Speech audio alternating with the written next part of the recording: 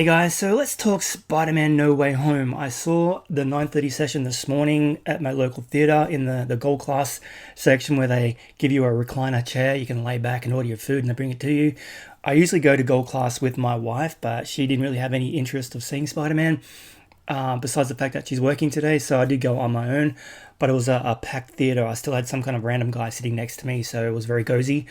But going into this film, I definitely had a lot of expectations. I mean, the trailers and all that stuff, they definitely kind of revealed some information that would have been better off if you hadn't seen the trailers at all. But I did go in pretty high with the expectations. So in regards to how I'm going to work this review, I'm not going to give you any spoilers right away. I'm just going to give you my thoughts and feelings on how I felt seeing this movie and how I felt coming out of the film. And whenever, I'll let you know when I hit the spoiler stuff, because there's a lot of stuff to spoil. But for the most part, you're pretty safe for this first part of my review. So coming out of this film, I had a big dopey grin on my face. I was that happy. They titled the movie wrong. They should just call this movie The Spectacular Spider-Man, because that is exactly what it is. It's Tom Holland's best performance as Peter Parker and Spider-Man. He really got to show off quite a lot of range in this one. I really did enjoy his previous Spider-Man movies, but they really kind of just felt like just fun. I mean, the MCU Spider-Man has been fun, but nothing to really make me fall in love with Tom Holland as Peter Parker. But in this film, he's given so much to do and so much heavy lifting. He's got a lot of range in this film. There's a lot to do. There's a lot of emotional peaks and troughs in this movie. He's had a lot to do as Peter Parker and Spider-Man. It's his best film to date. He was amazing in this movie. So I'll discuss basically what we know, what we've seen in the trailers. So we know that Doc Ock, the Green Goblin, Electro, Sandman, and the Lizard are going to turn up. I mean, we learnt that much in the trailers. And the way that they give these characters room to breathe in this film, it's 2.5 hours long, so it's a long movie. But they really did these characters justice. They're not just a cameo. They're not just a gimmick with a mighty fight at the end of the movie. The characters had things to do. They pushed the story forward. And the actors coming back, Willem Dafoe, Alfred Molina, Jamie Foxx, that's all I'm saying in regards to that. Yeah, they really had a lot to do and to push the story forward. They had some arcs, and I found that, pardon the pun about Electro, I'm sorry, but they really had room to breathe and the characters made sense for this story. Zendaya as MJ, her best performance to date as well. You really kind of buy the relationship between MJ and Peter in this one. Like in Homecoming, they really didn't have much to do with each other. They're just kind of like ships in the night. Far From Home, where the relationship kind of started and MJ discovered who Peter was. Yeah, it was just like the spark of that relationship. I didn't really kind of buy it. This film, there's an emotional weight to their relationship which you really buy. You feel like Peter and MJ are finally coming together. It's really cool. Jacob Batalon as Ned, I found that he had a lot more to do in this film as well.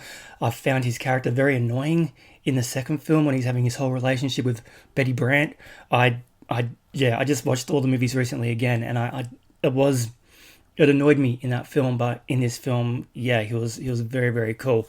So we have got obviously Tom Holland back as Peter Parker, Zendaya as MJ, Benedict Cumberbatch as Doctor Strange. I thought he was amazing in this film. I've always been a big fan of Benedict Cumberbatch and his portrayal of Doctor Strange in this one. Yeah, like I said, I'm not going to spoil anything, but yeah, he's really kind of not taking any shit from Peter in this one. So as we know from the previous film, and it's all in the trailer, Peter needs to see Doctor Strange to erase everyone's memory about his true identity. And as we saw in that trailer, the spell goes wrong and then the villains turn up. So through the course of the film, Doctor Strange really has to kind of set Peter straight. They're at odds, but played it really well, and I enjoyed Benedict Cumberbatch's performance a lot. Jon Favreau is returning as Happy Hogan. Jamie Foxx as Electro, which was very, very cool. Alfred Molina, Willem Dafoe. Benedict Wong is back as well, and Marissa Tomei as Aunt May. So Marissa Tomei, who won an Oscar many years ago, really has a lot more to do in this film as Aunt May than in the previous ones, and I find that she really gave a very nuanced performance as everyone's favorite aunt. I loved what she did with the role in this one. So coming out of the film, like I said, big dopey grin on my face. The fight scenes are pretty much what we expect from an MCU film. They were spectacular. The CGI was incredible.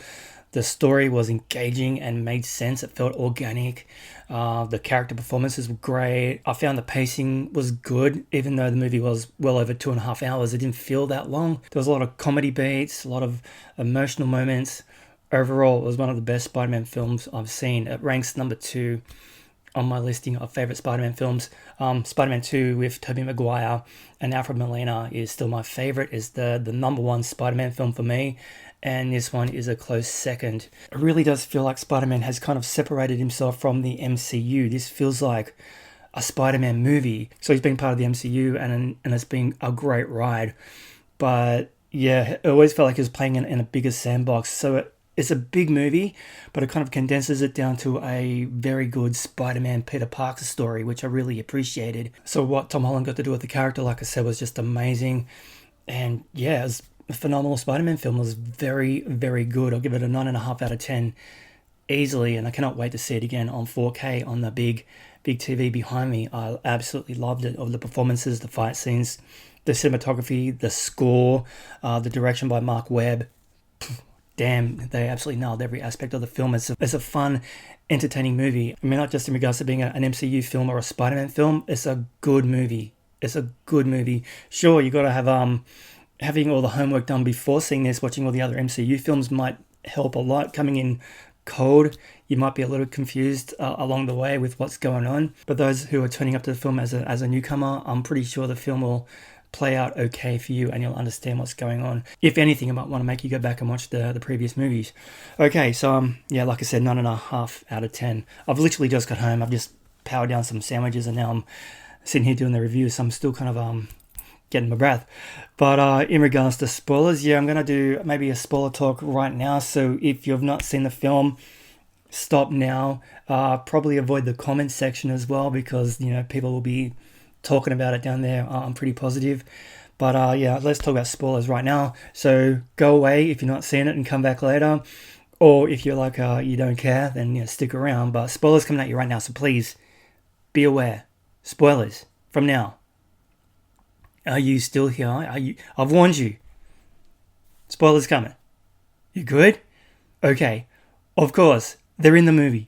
We've got Toby and Andrew in the movie, and oh my god, I was so happy when this, there's always been the speculation and the talk that the two guys were in the film. I mean, all the villains from their movies, The Amazing Spider-Man and Spider-Man, Sam Raimi's movies, we knew, we suspected strongly that Toby and Andrew would be in this film, but it was always top secret. Nothing was ever mentioned. They did manipulate some of the trailers and digitally remove Spider-Man from various scenes in the trailer, but oh my god.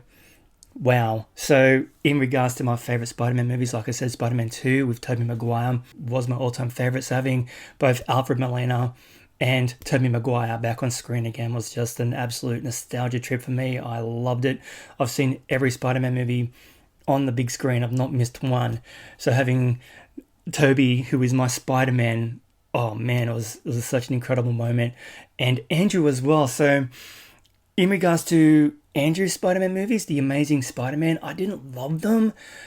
Coming off the back of what Toby did, and yeah, we all know that Spider-Man 3 kind of sucked, but it had some great moments in there.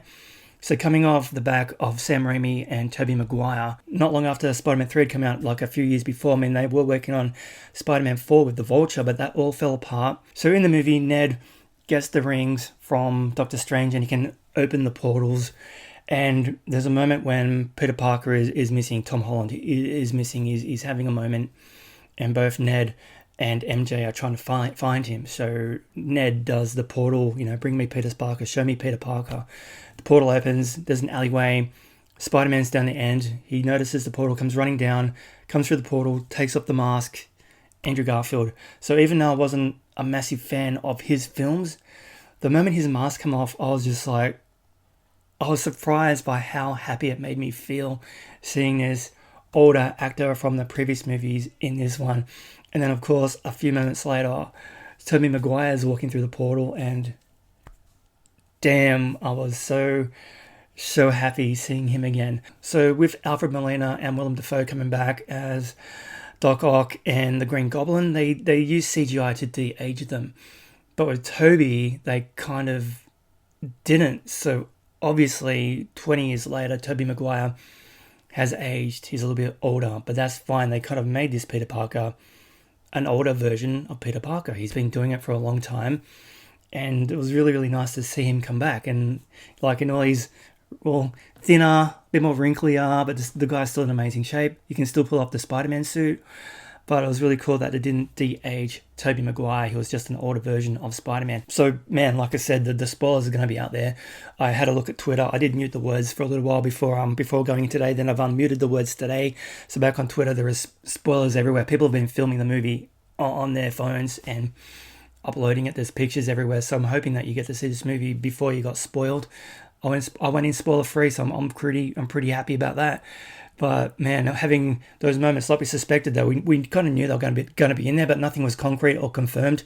So having that moment still delight and surprise me was amazing. So the movie picks up directly after Far From Home ends, when J.K. Simmons announces to the world who Peter Parker really is, and Peter kind of grabs his mask. Oh shit!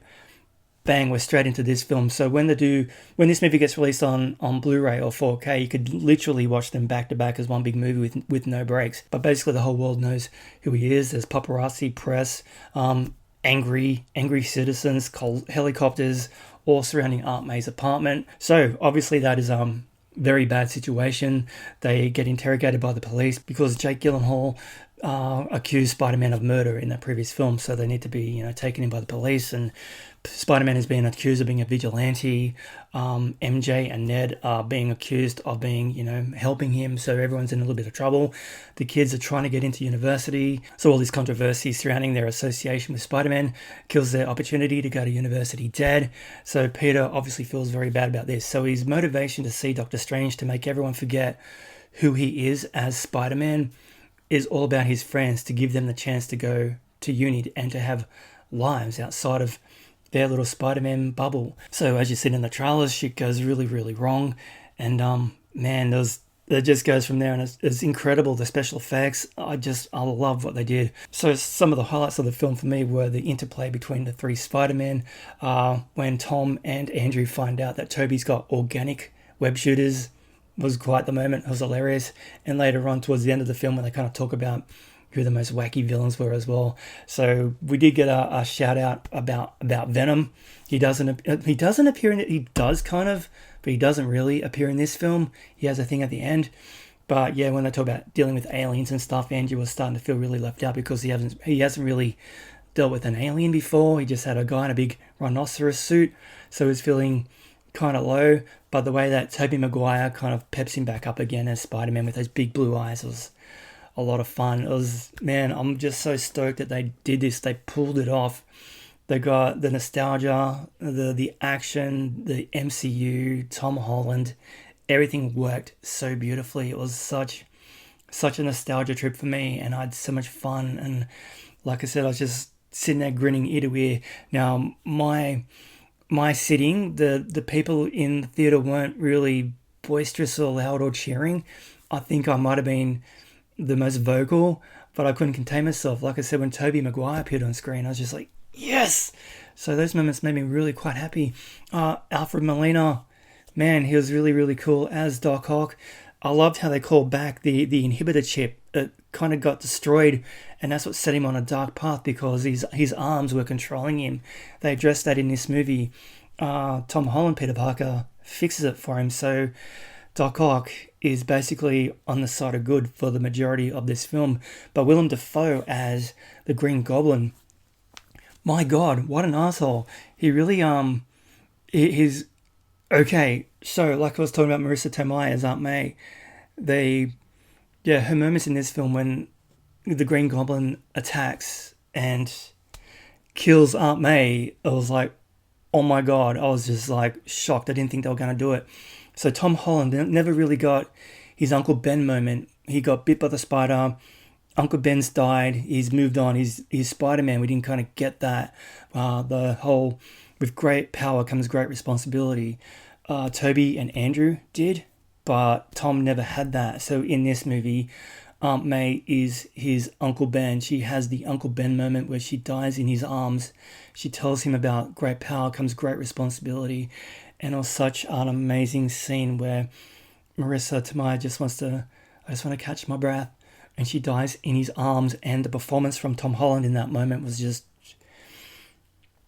it was heartbreaking. Like, what are you doing up, mate? What are you doing? Just talk to me. And it was, he was truly wonderful as Peter Parker in this film. He got so much to do, and his range, he really sold me on him being one of the better Peter Parkers. I mean, of course, we've got Toby. He'll always will be my number one with those big, expressive eyes. But Tom really kind of elevated his performance a lot in this one, and yeah, he was amazing. It was incredible. But just those heartbreaking moments, the moment when Happy pulled up to collect them and just sees Peter kneeling over Aunt May's body, and his face. Oh my God, I didn't expect them to do that, but it really kind of set Peter off on a path of vengeance with the Green Goblin. So when they have their fight at the end, when Tom Holland is out for blood, and he's just beating the Green Goblin down with every fiber of his being, intent on killing this man, the man who took his aunt away from him. My God, it was an incredible moment. And of course, Willem Dafoe, he's an amazing actor. And I found him more menacing in this film than he was in the original Spider-Man. He was just an ass. He was really evil and mean. So when they had that confrontation at the end, and then just as Tom Holland is about to kill him, and Tobey Maguire stepping in to stop him and just looks at him and just doesn't say a word, just those eyes. I love Tobey Maguire's eyes. I just love them. The way he just looks deep into Tom Holland and just can feel the pain, and just stops him from killing him. I was just like, another incredible moment. It was insane. There's so many amazing moments all the way through this film, and it was an emotional roller coaster ride. Like it does feel like a typical MCU film for the first part, but the moment that all the Spider-Man turn up together, it's just like, this is something special. This is an event film, and we're not going to see anything like this ever again. So, man, and I don't know what they're going to do. I don't know what they're going to do moving forward, because they did kind of send everyone back to their own universes. So moving forward, we do have, and they kind of teased this at the end, we had a moment with Tom Hardy, like the mid-credit scene. He was sitting at a bar talking to a bartender about all the weird shit that's going on in this world, big blue guys, aliens, all that stuff. And he kind of is contemplating going to New York to speak to this Spider-Man. Then whoosh, he gets sent back to his universe. And the final stinger at the end wasn't anything to do with the movie. It was a trailer. It was the next Doctor Strange in the Multiverse of Madness trailer with and Wanda turned up in that too. I'm assuming with that film they're going to address more of the multiverse stuff, but they kind of ended it in this film. Everyone went back to the universe. Doctor Strange closed everything, but moving forward with the multiverse, I'm sure they're going to expand on it more in his film. But in regards to multiverse stuff in Spider-Man, that's all done. So of course the only way they could kind of end all this strangeness was for the world to completely forget Peter Parker. Not just that he's Spider-Man, but all his friends will no longer have any memory of who Peter Parker is. They've never met him. So that was really kind of like a heartbreaking sacrifice he had to make to save the rest of the world. So once again, having his goodbyes to MJ and Zendaya really shone in that moment when she was saying, there's got to be another way, and tears and kisses, and even Jacob Batalon as Ned had a nice moment there too, like saying their tearful goodbyes. So it does kind of feel a little bit like a bit of a reboot, reset as well. So like I said, Spider-Man, the MCU has been fantastic. It's been a lot of fun, but this kind of felt like the first true Spider-Man film, like Spider-Man taking on bad guys. Doctor Strange is in it, but not for the most part. It felt like a true Spider-Man film, which I really, really enjoyed. So Peter Parker is now on his own, got an apartment, going to university. MJ and Ned don't know who he is. He's just listening to a police scanner, jumping out the window and swinging through the streets of New York City and being Spider-Man. It feels like the story kind of starts now to the Spider-Man that we know and love.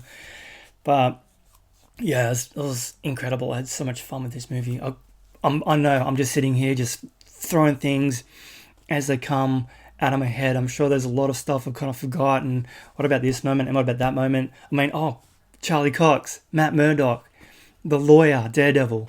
He's in here. Or Daredevil's not in here, but Matt Murdock has been officially established as Daredevil in the MCU, so that was very, very cool. But yeah, there's a lot I definitely need to see again. So I'm just kind of spitballing here, throwing things out as I remember them to you here right now. It's not a cohesive review at all. It's just my thoughts and feelings, and I just loved it. And I think the more I see it, it might get to the top rung of my favorite Spider-Man movies. I feel like a love letter to Spider-Man and Into the Spider-Verse, that amazing animation from Sony. Oh, on par, man. I just want to see Miles Morales right now. Just give us that. Anyway, thank you for listening to me rant and rave on about this. It was spectacular. It was an amazing movie, and I cannot wait to see it again. It was just incredible. It was very well done, and like I said, Tom Holland's best performance as Spider-Man was incredible. So anyway, thanks for stopping by. I hope you enjoyed that. Discuss below in the comments. Like and subscribe if you haven't done so already, and I'll catch you in the next one. Thanks for watching.